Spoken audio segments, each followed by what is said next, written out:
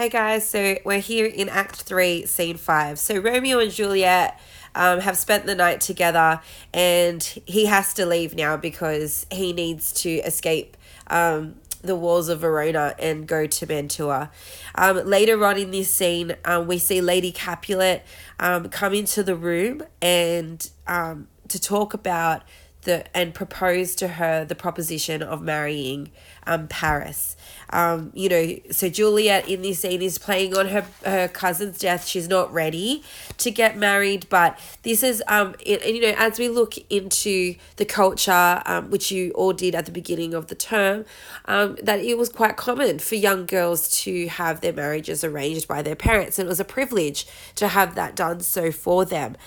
So in this scene, the Lord Capulet is absolutely infuriated by Juliet, by what he would feel as very disrespectful, and we see that in the language that plays out in this scene. If you're planning to blame the Capulets for the death of Romeo and Juliet, this is a really great scene to reference, because in this scene we see that the way that how harsh Lord Capulet is to Juliet. And we see that, we see that on page 67. Capulet says, "Soft, take me with you. Take me with you, wife. How will she none? Doth she not give us thanks? Is she not proud? Doth she not count her blessed, unworthy as she is, that we have wrought so worthy a gentleman to be her bridegroom?" And Juliet replies, "Not proud you have, but thankful that you have. Proud can I never be of what I hate, but thankful even for hate that is meant love." And, Capulet is infuriated. How? Chopped logic, what is this? Proud, and I thank you, and I thank you not, yet not proud. Mistress, minion you, thank me no thankings, nor proud me nor prouds, but fettle your fine joints against Thursday next to go with Paris to St. Peter's Church, or I will drag thee on a hurdle thither. Out, you green sickness carrion, out, you baggage, you tallow face. And we just see this abusive language hurled at Juliet, just for not submitting to her father's requests. It's really important to acknowledge the diction that Shakespeare is using in this scene: mistress, minion, and be very, which means a spoiled little brat, basically. If you look on the right hand side panel of your plays, it's really important that you annotate your scripts and make sure that you understand the language and the phrases that are being used there, so you can understand what's actually going on. And that word baggage, that like good for nothing, you're just a burden to us, that sort of thing. And the argument goes on, and by the end of page 37 he says, "But if you will not wed, I'll pardon you. Graze where you will, you shall not house with me."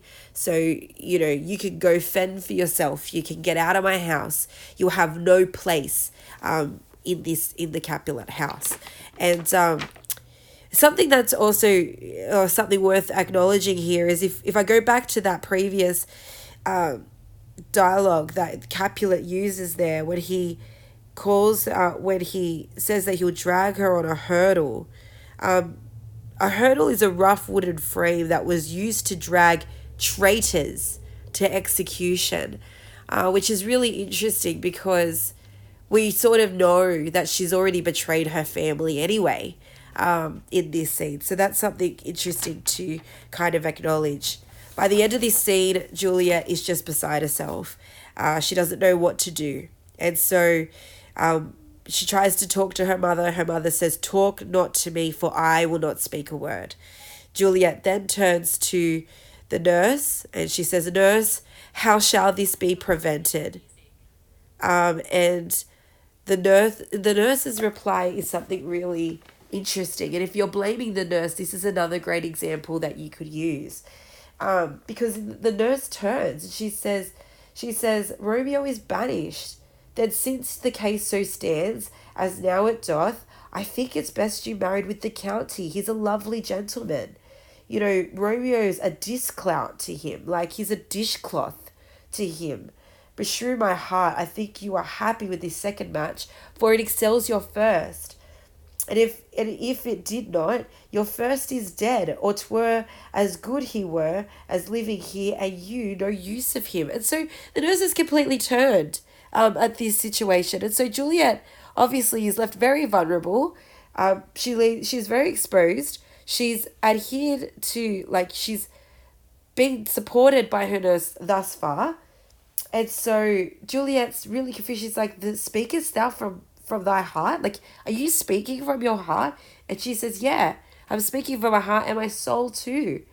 And so she's like, she tells her that, "You know what, I'm going to go to Father Lawrence's cell. I'm going to make confession."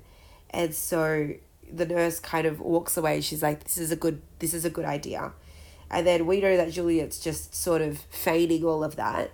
And her, like, this scene ends with her saying, "Ancient damnation, O most wicked fiend, go counselor, thou and my bosom henceforth shall be twain. Like, I will not share with you again." You know, she's now realized that the nurse isn't in her court anymore. She can't expect any support from the nurse. And she says this last line. She says, "I'll go to the friar to know his remedy, to know what he will do to help. And if all else fail, myself have the power to die." So if you're going to blame Juliet for her own death, again, in this scene, in Act 3, Scene 5, she's like, if he doesn't have a cure for me, I'm going to kill myself anyway. So, you know, is she responsible for her own death because she already premeditated that in her heart already? Who knows? I'll leave that to you.